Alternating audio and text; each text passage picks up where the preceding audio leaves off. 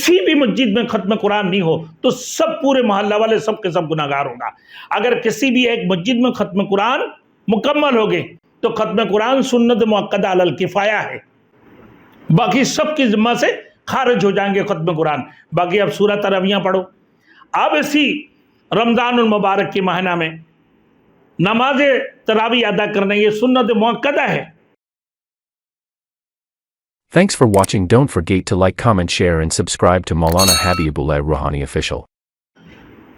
اسی طریقے سے اللہ نے اسی رمضان المبارک کی مہینہ کے اندر شہر رمضان الذی انزل فیہ القرآن ھدی للناس وبینات من الھدی والفرقان،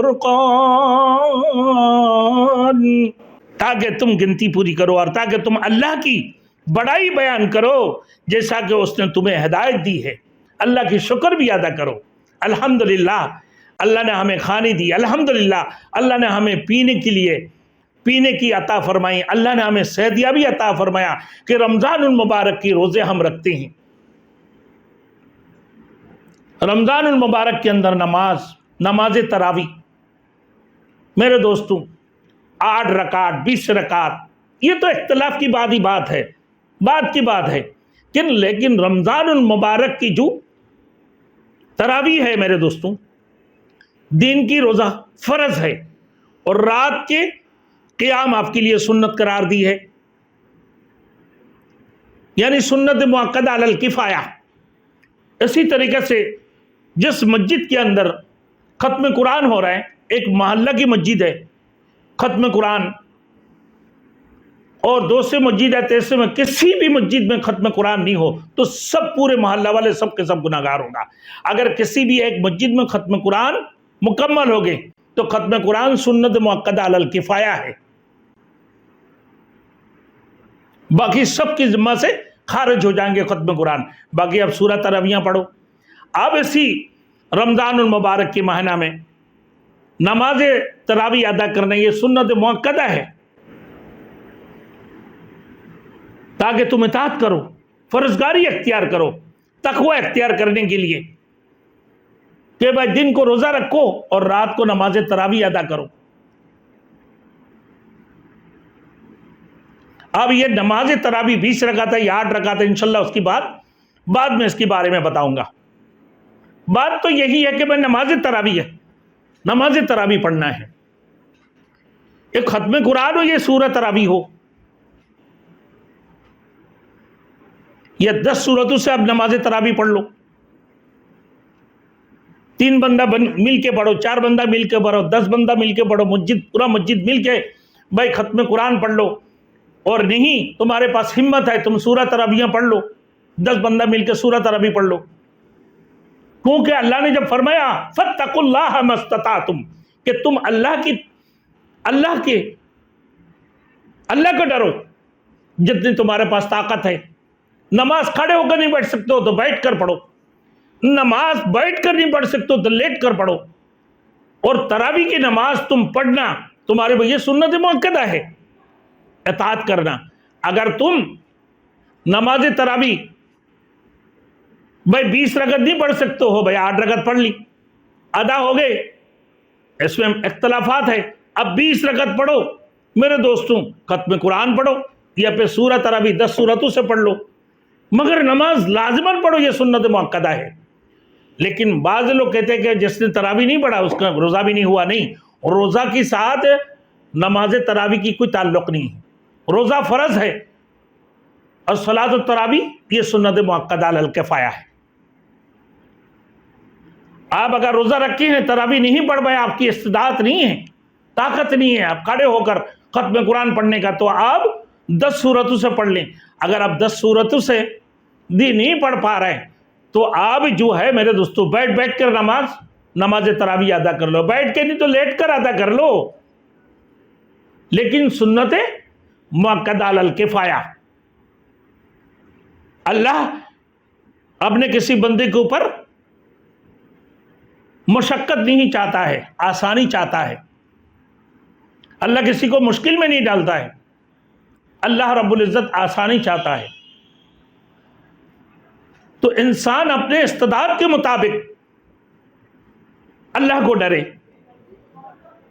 اپنے استعداد کے مطابق اللہ کے حکم کی فرمانبرداری کرے، اللہ اپنے استعداد کے مطابق اللہ کو ڈرتے رہے، تقوی کو اختیار کرتے رہے۔ آج میرے دوستوں وقت ایسے آ چکے ہیں، ہر بندہ پریشان ہے۔ آپ دیکھو ایک جگہ پر ایک ٹھیکیدار سے ہمارے ملاقات ہو جاتا ہے کہ بھائی وہ پلاٹ بنانے جاتے ہیں، کہتا ہے کہ بھائی کتنے میں لیا؟ کہا کہ بھائی یہ 6 لاکھ یا 8 لاکھ میں۔ اب وہ کام شروع کر دیتے ہیں۔ جب کام شروع کرتا ہے وہ سب سے پہلے بنیادیں ڈالنے کے لیے بھائی وہ لیتے 4 لاکھ تک پہنچا دی۔ اب آگے والے بندہ جو مالک ہے وہ حساب کتاب رکھتے ہیں۔ بولے بھائی آپ نے حساب کتاب کیوں رکھا؟ بولے بھائی دیکھ رہا ہوں کیونکہ آپ نے 8 لاکھ میں ٹھیکہ لیا ہوا ہے اور ابھی پلان سے پہلے آپ نے 4 لاکھ روپیہ لے لیے اور باقی 4 لاکھ سے آپ کو گراؤنڈ +1 پہ ٹنکی ٹاور تک بنانا ہے کہ باقی 4 لاکھ کے آپ کہاں تک پہنچو گے؟ دیوار چنائی کب کرو گے؟ 2 چھتیاں کب بناؤ گے؟ پھر چھاتیں کب لگاؤ گے؟ پھر دوسری چھت کب ہوگا؟ پھر اس کے بعد ٹنکی ٹاور کب ہوگا؟ اب پہلے تم 4 لاکھ لے لی، اب جب دیواروں میں پہنچے پھر تم نے 1 لاکھ روپیہ اور لے گی، 5 لاکھ تم نے پورا کر لیا، چھتوں میں 6 لاکھ لے لیا، باقی 2 لاکھ سے تم کیا کرو گے؟ اب وہ مالک حساب رکھتے ہیں۔ بولے بھائی تم نے حساب بھی رکھے ہوئے، یہ حساب کس لیے؟ بولے جب تم کہو گے کہ بھائی میں نے تو اپنا نقصان کر کے کام کر رہا ہوں تو اس وقت میں تمہارے آنسو کو پہنچنے کے لیے تحریر کر کے رکھا ہوں۔ بولے اچھا؟ بولے کیسے آنسو پہنچنے کے لیے؟ کہ بھائی تم روتے رہو گے یا میں تو نقصان کر رہا ہوں اور میرے بڑی نقصان ہو رہا ہے، دوست کی کام ہے تو دوستی کی بنیاد پر میں اپنا جیب سے لگا رہا ہوں۔ تو آگے بولتا ہے کہ دیکھ بھائی ٹوٹل جو کام کیا تو نے 2 لاکھ کا کام کیا اور تو نے 5 لاکھ روپیہ لے لی اور تم پھر روتا ہے کہا کہ میں نے اپنا دوست کا کام تو اپنا جیب کی پیسوں میں سے کر رہا ہوں۔ تو کہا کہ یہ آنسو پہنچنے کے لیے میں نے ڈائری میں لکھ کے رکھا ہوں اپنا رجسٹر کے اندر۔ یہ تو ایمان کی بات ہے میرے دوستوں۔ بھائی دودھ میں برکت نہیں ہے۔ کیا ہوا بھائی؟ یار خرید فروخت نہیں ہے۔ میں نے بولا بات کیا ہے بھائی؟ دودھ میں کیا پانی ملاتے ہو؟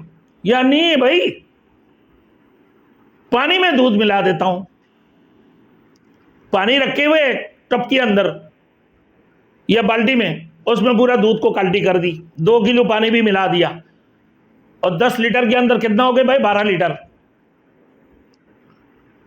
4 لیٹر پانی بھر کے رکھا، اوپر سے دودھ کو جو ہے نا ڈرام کے اندر کالٹی کر دی۔